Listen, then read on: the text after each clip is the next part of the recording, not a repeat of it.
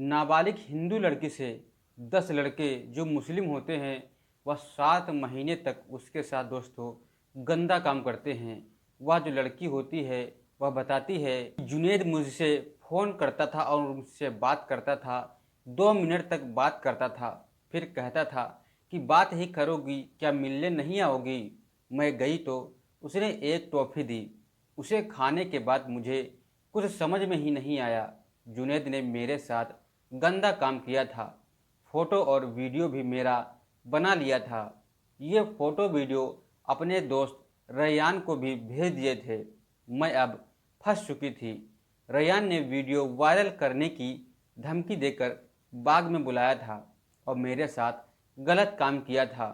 वह बार बार बुलाता था। अब उसके साथ कभी 3 तो कभी 4 लोग आया करते थे और मेरे साथ गंदा काम किया करते थे। नमस्कार दोस्तों, मैं चंदन, आप देख रहे हैं क्राइम इंडिया तक। दोस्तों, आपने अगर हमारा चैनल सब्सक्राइब नहीं किया तो हमारे चैनल को सब्सक्राइब जरूर कर लें। तो चलिए दोस्तों, कहानी की ओर बढ़ते हैं। ये भयानक दास्तान सिद्धार्थ नगर की एक नाबालिग लड़की ने बताई है। उसके साथ 7 महीने तक 10 लड़के जो है गंदा काम करते हैं। वह सहती है, लेकिन एक दिन उसे लगा कि अब विरोध इसका करना चाहिए, नहीं तो वह बर्बाद हो जाएगी। उसने बहन को बताया।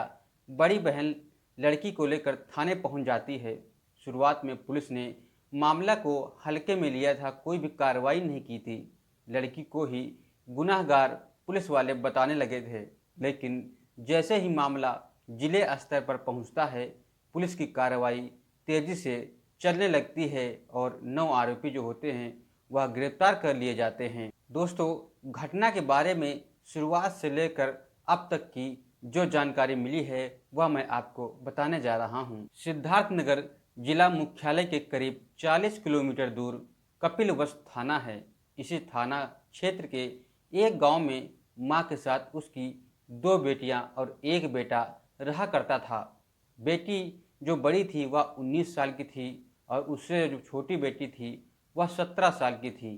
बेटा दोनों से छोटा था और जो सबके पिता होते हैं वह मुंबई में काम करता था। 17 साल की लड़की ने 7वीं तक पढ़ाई करने के बाद स्कूल जाना छोड़ दिया था।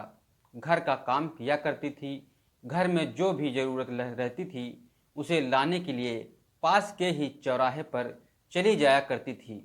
वहीं गांव का जुनैद अक्सर उसको देखता रहता था सामान लेते आने में। फरवरी का महीना था। लड़की सामान खरीद कर साइकिल से घर वापस जा रही थी। रास्ते में जुनैद ने बाइक लगा दी थी और कहा कि तुम मुझे पसंद हो, अपना फ़ोन नंबर दे दो। लड़की ने मना कर दिया और फ़ोन नंबर अपना नहीं दिया। वह घर चली जाती है।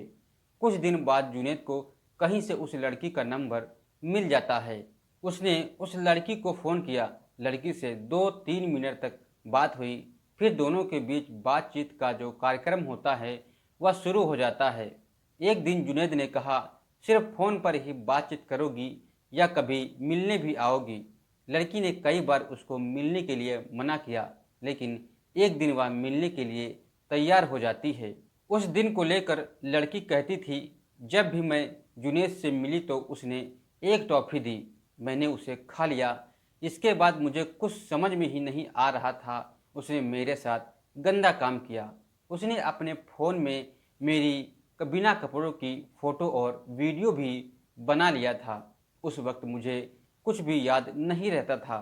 जुनैद ने ये फ़ोटो और वीडियो कभी मुझे नहीं भेजे थे, हमेशा अपने पास ही छिपा कर रखा रहता था। लड़की कहती थी जुनैद मुंबई में काम करता था, वह वापस मुंबई चला गया था।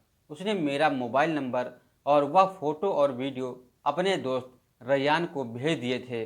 रैयान जो होता है उस लड़की को फ़ोन किया करता था। वो कहता था दोस्ती करनी चाहिए, लेकिन हमने उसको मना कर दिया था। उसने वह फ़ोटो वीडियो मुझे भेजे थे। इसे देखते ही मेरा दिमाग खराब हो जाता है। उसने कहा कि अगर नहीं आओगी तो मैं इसे वीडियो और फ़ोटो को वायरल कर दूंगा। उसने मुझे गांव की एक ही बगीचे में बुलाया था और मैं वहां चली गई थी। रैयान ने मेरे साथ वहां पर गंदा काम किया था। इस एक बार के बाद रैयान की दोस्त जो है हिम्मत बढ़ जाती है। वह कभी भी फ़ोन करता उस बाग में उस लड़की को बुला लिया करता था और उसके साथ वही गंदा काम किया करता था। मैं नहीं मिलने की बात कहती तो फोटो वीडियो वायरल करने की उस लड़की को धमकी दे दिया करता था।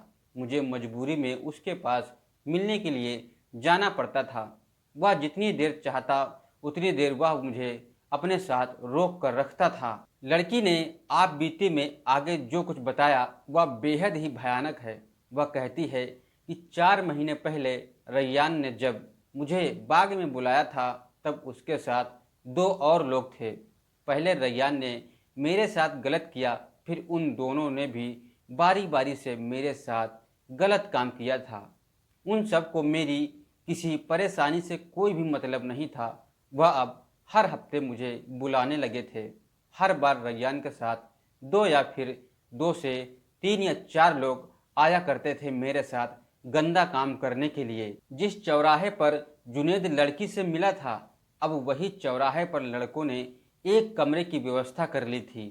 अब बाग में उस लड़की को वो सब नहीं बुलाते थे।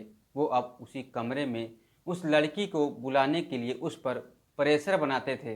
कभी जुनेद के साथ रैयान, हलीम और मुमताज़ होते थे तो कभी शादाब, हफीक, वैध व सिराजुद्दीन रहते थे उसके साथ गंदा काम करने के लिए। ये सारे मिलकर उसके साथ ऐसा काम करते थे। इन लड़कों के हौसले इतना बढ़ गए थे कि एक व्हाट्सएप ग्रुप बना लिया था। उसमें उल्टी सीधी सारे बातें किया करते थे, तय करते थे कि अब कब उस लड़की को कमरे में बुलाना है। इनकी संख्या अब तक की 10 लड़कों की हो गई थी। इन्हें किसी तरह का कोई डर नहीं था कि आगे क्या होगा। लड़की की मानो स्थिति खराब होती चली जाती है। इन लड़कों के आसपास के बहुत सारे लोगों को उसके बारे में उस लड़कों ने बता दिया था कि लड़कियां ऐसा काम करती है। अब लड़की जिधर भी जाती हर कोई उसे बुरी नज़र से देखने लगा था। लड़की बताती है कि मेरी स्थिति एकदम खराब हो गई थी। मैं उन लोगों के चंगल में बुरी तरह फंस चुकी थी। फोटो वीडियो के चक्कर में मैंने अपने आप को बर्बाद कर लिया था। एक दिन मैंने अपनी बड़ी बहन को पूरी कहानी के बारे में बताया। बहन चौंक जाती है और आसपास के कुछ और लोगों ने मेरा साथ दिया और फिर हम कपिलवस्तु थाने पहुंच जाते हैं। पुलिस को घटना के बारे में बताया। जैसे ही एक के बाद एक नाम लिया तो पुलिस चौंक जाती है। लड़की यादव जात की थी और सारे आरोपी दोस्तों मुस्लिम जात के थे। पुलिस ने इसकी जांच करना शुरू कर दिया था। पुलिस ने लड़की का मेडिकल भी कराया और धारा 164 के तहत कोर्ट में बयान दर्ज कराया। इसके बाद छापेमारी करके 5 लोगों को पुलिस ने गिरफ्तार कर लिया और 3 नवंबर को लड़की ने पुलिस पर गंभीर आरोप भी लगाए हैं। कहा, पुलिस एक दिन रात 12 बजे घर आई थी। उसने मुझसे कहा था कि तुम फोटो में हंस रही हो, तुम्हारी मर्जी थी। वो लोग समझौते का दबाव बनाने लगे थे। कहने लगे थे कि 20 लाख रुपया दिलवा देंगे, लेकिन हमें ये पैसे नहीं चाहिए, हमें न्याय चाहिए, ऐसा वह लड़की कहती है। लड़की ने कहा, पुलिस ने 8 लोगों को गिरफ्तार कर लिया है, लेकिन मुख्य आरोपी जुनैद को अभी नहीं पकड़ा है। इनका एक और दोस्त है, उसका नाम मैं नहीं जानती, लेकिन उसे सामने लाया जाएगा तो मैं उसे पहचान लूँगी।